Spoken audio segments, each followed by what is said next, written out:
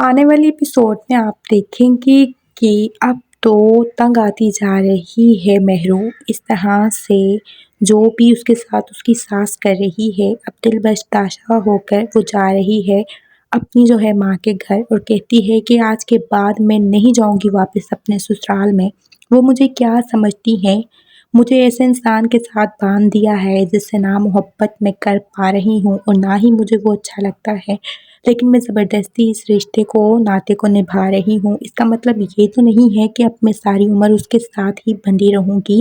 مجھے آزادگی چاہیے، لیکن وہ عورت تو مجھے وہاں رہنے نہیں دے رہی۔ وہ کہتی ہے کہ میں اس کے بیٹے کی خدمت کروں، اور اس کی جو ہے وہ سب میں نہیں کر سکتی۔ میں اب آپ کو صاف کہہ رہی ہوں، جس پر کہتی ہے مہرو کی ماں چپ کر جاؤ، خاموش ہو جاؤ، تم کیسی باتیں کر رہی ہو؟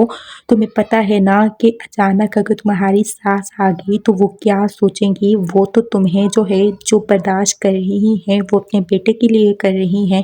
اگر ان کو پتہ لگ گیا کہ تم یہ سب کچھ بھی اس کے بارے میں کہتی ہو تو وہ تمہیں جلد کریں گی، اور اس سب میں مجھے ذرا برابر بھی کوئی شک نہیں ہے، کیونکہ مجھے پتہ ہے کہ اس کی سوچ کیا ہے۔ وہ تمہیں ایک دن بھی برداشت نہیں کریں گی اگر اس کو تمہاری اصلیت کا پتہ لگ جائے تو۔ جس پر مہرو کہتی ہے کہ وہ تو ایک نہ ایک دن لگے گا پتہ نا، کہ میں نے اس کی دولت کے لیے ہاں کی تھی، اس کے بیٹے کو اپنایا تھا، ورنہ اس کے بیٹے میں ہے کیا جو میں اس کو اپناتی؟ اس کے پاس کچھ نہیں ہے سوائے دولت کے، اور وہ سب کچھ جو ہے اس کو ایکسیپٹ کرنا چاہیے۔ جس پر کہتی ہے اس کی ماں، یہ تو وقت آنے پر بتانے والی بات ہے، تم نے آج ہی کر دی، اب میں تمہیں کیا بتاؤں، کیا سمجھاؤں؟ تم میری بیٹی تو لگ نہیں رہی کہ تم نے یہ سب کچھ کیا جو ہے اور فول بول رہی ہو۔ تمہیں بتایا تو ہے کہ کتنی جو ہے سمجھدار اور عقل مند ہے تمہاری جو ہے ساس۔ اگر اس کو بھنک بھی پڑ گئی نا اس سب کی تو پھر کیا ہوگا تمہارے ساتھ، پھر اس کا اندازہ تمہیں ہونا چاہیے۔